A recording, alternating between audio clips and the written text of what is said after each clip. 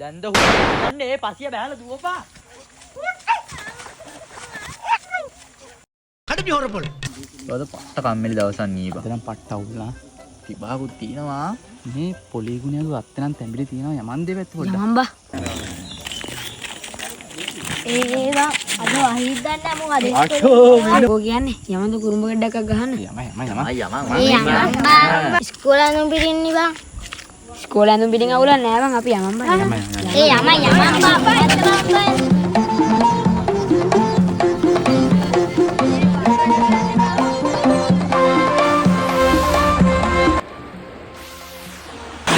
දැන් මෙතනින් තමයි බහැලා යන්න වෙන්නේ හොඳේ.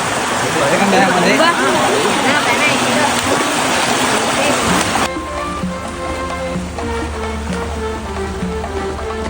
මේක යනවද කොහමද මෙතන යන්නේ? හරි ඕක ඇඳයි යමන්කෝ. නේ ඔය කලවහන් වලට බලන්න. කලවල ඇඳයි යමන්කෝ.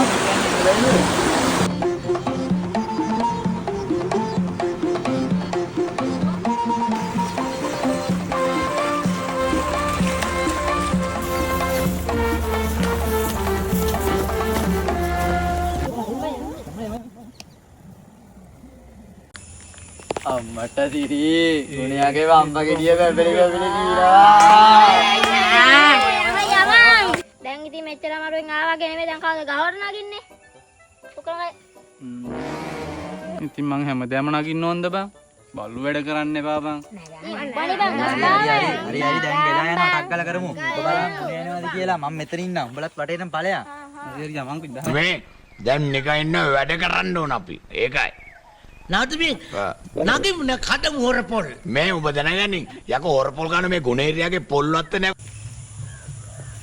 මේ එකෙක්වත් අරු කඩලා බිමට බයිනකම් බොන්නේ නැහැ හොඳේ.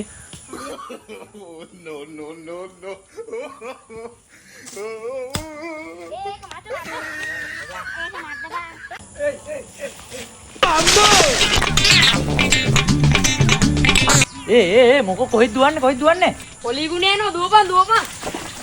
දැන්ද කියන්නේ ඒ පසිය බෑලා දුවපා. අනේ ඉන්න.